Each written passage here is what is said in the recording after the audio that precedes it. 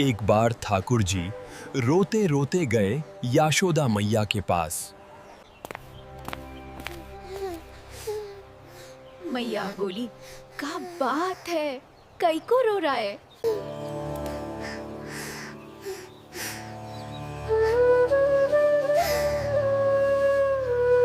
ठाकुर जी बोले, मैया मेरो एक सखा है, वो 24 घंटा मुझको पकड़ के ही रखे है।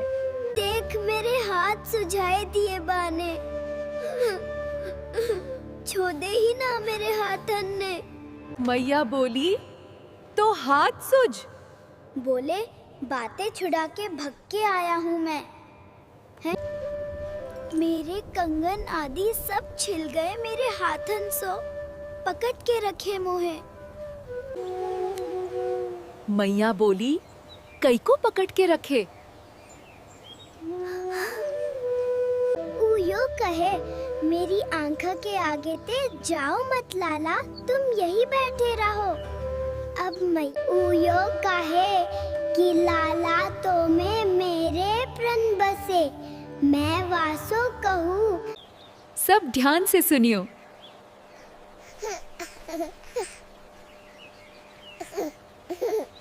यशोदा मैया बोली, लाला एक काम कर, तू यही खेलो कर घर में। ठाकुर जी बोले, जेऊ ना है सके, खेलवे तो बाहर ही जाऊंगा। मैया बोली, बाहर हो जावेगो, वह सखा ते तो ये इतनी दिक्कत भी है रही है, कहाँ करूं फिर? ओ मैया, एक काम है साके।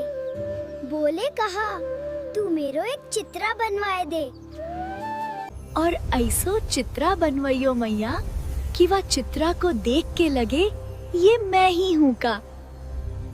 और तू मेरो चित्रा बनवाए दे, मैया वा चित्रा को ले जाके मैं वा दे दूंगा। उ सखा पूरे दिना फिर वह चित्रा में ही रमो रहेगो, मेरो कंतक छोते गो बाते। मैया बोले, हाँ लला बनवाऊंगी।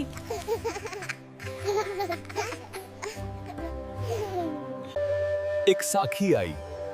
मैया ने वासो कही, अरे हमारे ब्राज में कोई चित्रा बनानो जाने? मैया कौन को चित्रा बनवानो? लाला को चित्रा बनवानो है। अरे मैया ऐसो सुंदर लाला, ऐसे सुंदर। हर दीना आपके लाला में एक गुण नायो प्रकट है जाए। मैं तो यो सोच रही हूँ, चित्रा बनावे वारो 2 दिना विलम्ब करेगो, 2 दिना में लाड़ा तो और सुंदर है जाएगो।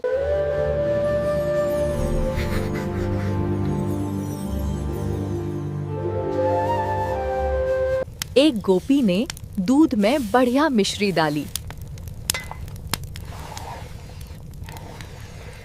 और मिश्री डाल करके दूध ओतायो, ओता करके दूध को जमा के दही बना दियो। मिष्टी दही मीठो दही जमायो।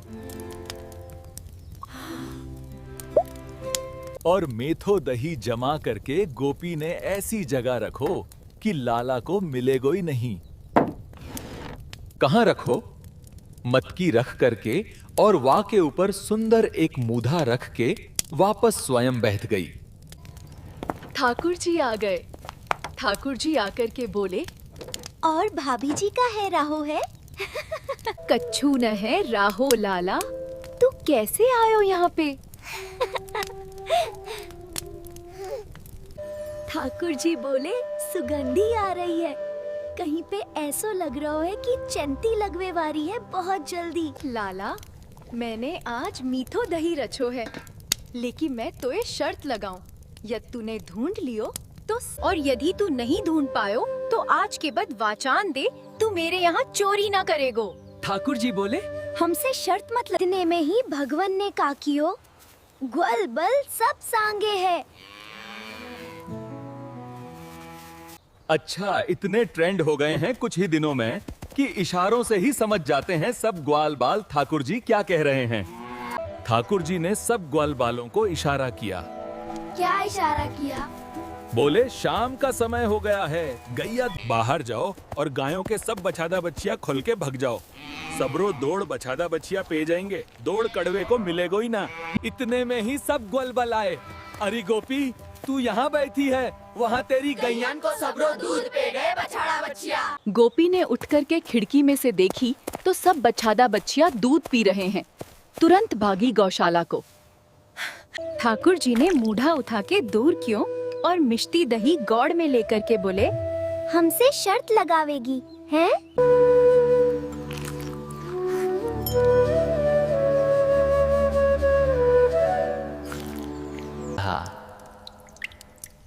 एक गुरुजी बैठे थे गुफा में, ध्यान कर रहे थे। इतने में एक शिकारी वहां से निकल रहा था। तो शिकारी ने देखा कि भैया गुफा के अंदर गुरुजी बैठे हैं, महाराज जी कोई संत बैठे हैं। था तो वो शिकारी जानवरों को खा जाता था। तो वो शिकारी उन गुरुजी के पास चला गया और गुरुजी से जाकर के बोले आप यहाँ क्या कर रहे हो? इस गुफा में बैठे हो, कब से भूखे प्यासे होंगे आप। मैं आपके लिए कुछ भोजन ले आता हूँ। बोले हाँ, कुछ बढ़िया सी कुछ सामग्री ले आओ।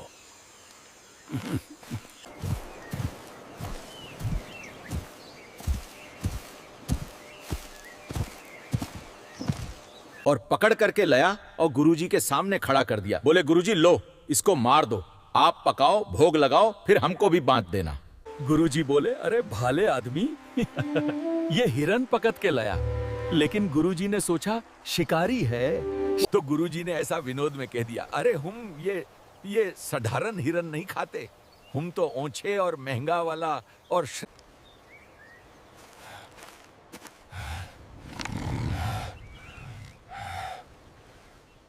बोले जरा बताइए तो। संत विनोद में ही बोलने लगे, मोर मुकुट पहनता है। शिकारी बोला, हिरन मोर मुकुट पहनता है? बोले हाँ। भोले कुंडल पहनता है कानून में। शिकारी बोला, कुंडल पहने वाला हिरन है? बोले हाँ, मोर मुकुट पहनता है, कानों में कुंडल पहनता है और पेली पितंबरी पहनता है।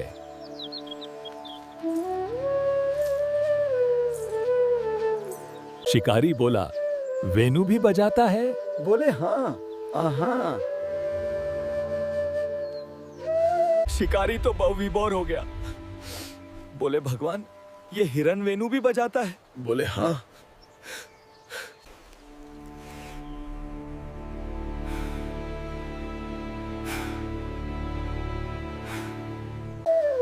श्याम सुंदर जैसे सम्मुख आए उस शिकारी के।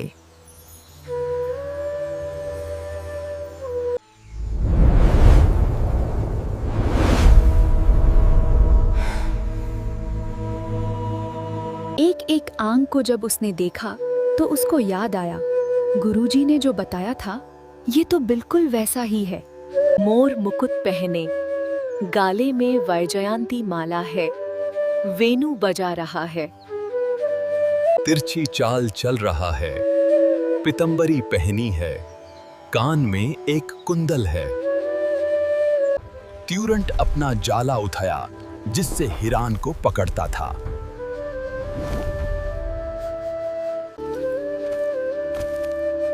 ठाकुर जी आगे आगे चल रहे, वो पीछे पीछे चल रहा है।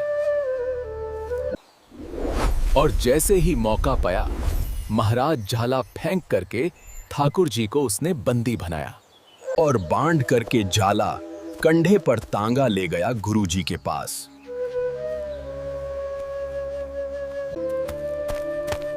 गुरुजी जल्दी बाहर आओ, आपका बतिया हुआ हिरन पकड़ के लाया हूं मैं। महाराज जी बोले, ये पता नहीं, अब पता नहीं कहां से कौन सा हिरन ले आया है। जैसे ही निकल करके गुफा से बाहर आए तो क्या देखा, शिकारी के कंधे के ऊपर बंसी बजाए ठाकुर जी बैठे हुए हैं। जैसे ही ये दृश्य देखा महाराज, देखते ही महाराज जी तो मूर्छित होके गिर गए। होश में आए, जलवाल दला उसने शिकारी ने। गुरुजी होश में आओ। गुरुजी होश में आए, बोले भैया कहाँ? गुरुजी वो हिरन लेके आया हूँ, बताओ कहाँ लगाऊं छूला वोला, इसको पकाए बढ़िया। गुरुजी बोले, अरे भाले आदमी, इनको छोड़ जल्दी। बोले गुरुजी भग जाएगा, ये बहुत मुश्किल से मिला है, मुझे 5 दिन लगे हैं इसको पकड़ने में। तब गुरुदेव ने आज्ञा की। ठाकुर जी मंड मंड मुस्कुरा रहे थे। ऐसी गुरु की कृपा हुई कि एक शिकारी के हृदय पर शिकार की भावना से ठाकुर जी को ढूंढ लिया। घी आ गया, नमक आ गया, आटा आ गया, बढ़िया तिक्कट ठाकुर जी पा रहे हैं। 10-15 दिन बाद ठाकुर जी फिर प्रकट हुए। सनातन गोस्वामी बोले, अब क्या हुआ? बोले बाबा बस एक काम और कर दे। बोले कहा? तू बाजार ते एक एक आलू ले आया कर और वह आलू को अग्नि में सेक देकर वो भुन जाएगो। और जैसे ही भुन जाए करे तो वाकुमेट के बा में नमक बुरक के और वह तिक्कट के संगे में एक आलू की चटनी दे देकर। सनातन गोस्वामी ने ठाकुर जी उठाए गोड़ में और सेढ़े गए मैया के घर। और मैया के दरवाजा खटखटाए, मैया बाहर आई। ठाकुर जी बोले, डो पक दो अपने ठाकुर जी, छतोरो ठाकुर। मेरी कुटिया में आकर इनने 56 भोग मंगा लियो वहां पे। पहले बोलो नमक ले आओ, फिर बोलो घे ले आओ, अब कह रो आलू ले आओ, कल कहेगो टमाटर ले आओ, परसन कहेगो रबदी ले आओ। मैं भाजन करवे के काजे अपना घर बार छोड़ के आया हूँ, जाने पूरे संसार बसा दियो मेरी कुटिया में। मैया धार अपने पास मोए नहीं चाहिए। और जैसे ही लौट करके सनातन गोस्वामी जाने लगे, ठाकुर जी सचल हो गए और प्रकट होकर के उनके पीछे से दोहे छड़ के न जाऊंगा, मैं तो सदा तेरे पास रहूंगा। शांत सेवा के लिए कहीं से भी धान नहीं मिल रहा था, तो हरपाल जी एक मर्ग पर जाकर के बैठ गए। सोचने लगे, कोई धानवान यहाँ से निकलेगा तो उसको लोट लूंगा और लोट के भग जाऊंगा, सारा धान संत सेवा में लगा दूंगा। तभी उस मर्ग पर कोई और तो आया नहीं। ठाकुर जी सेठ बन करके आ गए। और महाराज खूब सारे गहने पहन करके, पाग बढ़िया सोने की जदौ पाग पहन करके, ऐसे वस्त्रा पहन करके, और गहने ही बज रहे ठाकुर जी के।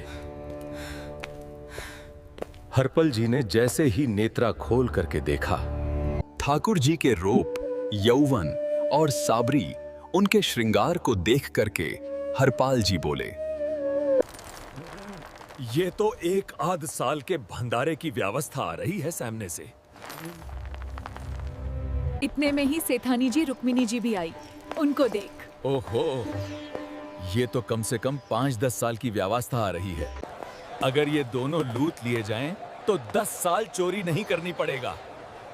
देखो कितना धान संपन्न। हरपाल जी के बागल में जैसे ही ठाकुर जी पहुंचे, हरपाल जी बोले, भैया जय श्री कृष्णा प्राणम। ठाकुर जी तो नरज हो गए, बोले क्या भगवान का नाम बोलता है सुबह सुबह? तुम सब लोग बड़े पखांदी हो, ढोंगी हो, और हमने सुना है इस गांव में एक रहता है, वो चोरी डकैती करता है और फिर कहते संत सेवा करता है। ऐसी कई बद की चोरी भैया, करता तो चोरी है, भाले ही उससे भाली संत सेवा करता हो। नाम उसका हरपल है, हम सब जानते हैं। भगवान का नाम मत लो हमारे सामने। हरपल जी समझ गए, वो तो बिल्कुल भगवत विमुख है। इसकी तो एक अंगूठी भी नहीं छोड़नी मुझको, इसका तो सब लेके जाऊंगा। अगर ये बदले में जय श्री कृष्णा बोलता तो एक आध गहना छोड़ देता इसका, पर ये तो इतना बिखर रहा है भगवान का नाम सुन के, इसका कुछ नहीं छोड़ूंगा मैं, सब ले जाऊंगा। उंगली पकड़ करके काटने का मन किया। हरपाल जी बोले, हाँ भैया, एक रहता तो है डकैत इस गांव में, और उसका कोई पता नहीं, वो कभी भी आ जाता है। लेकिन एक मर्ग जंगल में होकर के है, उसमें गांव में नहीं जाना पड़ता। जंगल से गुप्त छुप निकल करके पूरे गांव पार हो जाएंगे, आप शहर पहुंच जाओगे। उसका रास्ता मुझे ही पाता है। हाँ। सेठ जी बोले, तो तुम हमको पार करवा दो। हरपल जी बोले, मैं पार तो करवा दूंगा, लेकिन भगवान मेरे घर कुछ मेहमान आए हैं, उनके भोजन औदी की व्यवस्था के लिए मैं तो बाजार आया था। मेरे पे धान नहीं है। आप यदि मुझको कुछ दे देंगे तो मैं घर पर व्यवस्था करके आऊंगा, तुरंत आपको लेकर पे गांव पार करवा दूंगा। ठाकुर जी ने उसको कुछ सोने की मोहर दे दी। बोले, लो तुम अपने घर की व्यवस्था कराओ। हरपल जी ने सामग्री खरीदी, घर पर पहले व्यवस्था करके आए। बोले आज की व्यवस्था हो जाए, क्योंकि आज तो 10 साल का सब चोरी करना है, समय लगेगा। पत्नी से कहा भोजन प्राशादी बनाओ, संतों को पवाओ। संत पूछेंगे मैं कहाँ, तो कहना कि आप लोगों की 10 साल की व्यवस्था करने गए हैं आज। ठाकुर जी रुक्मिणी जी चलने लगे। जैसे ही विहंगम जुंगले में पहुंचे, भयंकर भयावह जुंगले बीच जुंगले में जैसे ही पहुंचे, हरपल ने पीछे मुड़ करके देखा, दोनों चले आ रहे हैं। तुरंत महाराज वो तो अपने रोप में आ गया, शर की तरह गर्जना करने लगा। अपनी लाशी धर दी सामने और अपने सिर का साफा निकल करके सामने बिछा दिया। भगवान जो सेठ जी के रूप में आए, भगवान बोले, भैया ये क्या कर रहे हो? बोले मैं ही हरपाल हूँ। सारी सामग्री निकलो, डाल दो यहाँ पे, एक चीज भी मत छोड़ना, नहीं तो तुम जानते नहीं हो तुम्हारा क्या करूंगा। ठाकुर जी तो थर थर कांपने लगे। रुक्मिणी जी बोली, देखो कैसा नाटक कर रहे हैं। रावण के आगे नहीं डरे थे, कुंभकर्ण के आगे नहीं डरे, हिरण्यकश्यप के आगे नहीं डरे, और वो हरपाल के आगे ऐसे कांप रहे हैं। भगवान तो मन की सब समझ जाते हैं। कोहनी मारने लगे, तुम भी कांपो। क्यों? बोले भक्त है भैया, ये हमारो भक्त है, इसने हमरे लिए सब गवा दिया, हमरे वैष्णव शांतों के लिए सब लुटा दिया, इसके आगे भयभीत होने में कोई लज्जा नहीं। हरपल कह रहा सब निकालो। आए सेठानी जी, कान के कुंडल उतारो। कान के कुंडल उतर दिए, नाक की नथनी उतर धार दिए। भगवान ने भी अपने सब उतार दिए। बोले ये बाइट कहाँ लेके जा रहे हो, इसको भी ढार दो। बोले अरे भैया बुढ़ापे की लाठी, हम गिर जाएंगे। बोले कुछ नहीं गिरोगे, ढार दो इसको। जीवन में कभी राम ना जय श्री कृष्णा बोलने पे चिल्ला रहे थे मुझ पे, रखो इसको यहाँ पे। सारा धार दिया। बोले बहुत बढ़िया हो गया, अब 10 साल की व्यवस्था हो गई। इतने में भागवान की कनिष्ठ उंगली में एक अंगूठी थी। हरपल बोला, ये कहाँ बचा के ले जा रहे हो, इसको दो। बोले अरे भैया ये तो बहुत बचपन की हमारी अंगूठी है और आज तक हमारी निकली ही नहीं है, और ये निकल ही नहीं पाएगी, इसको बाहर हम निकल ही नहीं। बोले तुम क्या जानो, इस अंगूठी से कम 1 हफ्ता संत भोजन होगा, और तुम पे तो दया करनी नहीं, चिल्लाए थे मुझ पे जय श्री कृष्णा बोलने पे, निकालो इसको। भगवान खूब प्रयास करे, वो नहीं निकले, तो हरपाल जी ने उंगली पकड़ी। बोले इसको काट देता हूँ मैं। तुम्हारे पास उंगली रहने का कोई काम नहीं है, तुम उंगली से करते ही क्या हो। और महाराज जैसे ही उंगली पकड़ करके काटने का मन किया, वो काटने ही वाले थे। इतने में ही पुणे के पास में एक गांव है पुरंदरपुर। वहां पर एक ब्राह्मण रहते थे। स्वारोप ब्राह्मणों का था, पर स्वभाव वैश्यों का। वैश्या मतलब हमारे बनिया भाई लोग, उनके जैसा उनका व्यवहार था। कैसा व्यापार करते थे, धान देते थे उस पे ब्याज पे धान देते थे लोगों को, और अपना गल्ला खल रखा था, गल्ले पे बहते थे। और इन सब के साथ साथ महाकंजूस, खूब ढवान थे। भगवान की कृपा से उन पर ब्याज का इतना धान आता था कि वो पूरे पुरंदरपुर गांव को अकेले भोजन करा सकते। दूध में अगर मक्खी भी गिर जाता तो दूध छान के पी जाते थे।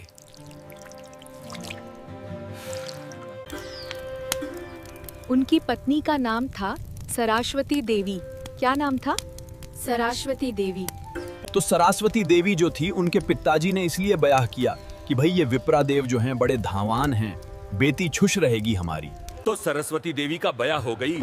उनकी माँ ने पिट्टा ने जितने गहने दिए, ब्याह के अगले दिन ही। देवी सुनो, सबरे गहने उतारो। अब बोले क्यों? अरे देखो कितनी अच्छी नक्काशी की है इसमें, कितने अच्छे से तुम्हारे कुंडल बने हैं, कितने अच्छे तुम्हारे गाले के हार बने हैं। पत्नी ने भारी भारी सामान सब उतार दिए और गाले का एक मंगलसूत्र रहने दिया, हाथ के कंगन रहने दिए। अपने ब्राह्मण देवता जो थे, इनको वो भी अच्छे नहीं लगते थे। रोज अपनी पत्नी को टोकते, क्यों इनको पहन के घूमती हो, इनको दे दो, अंदर तिजोरी में रख दूं मैं।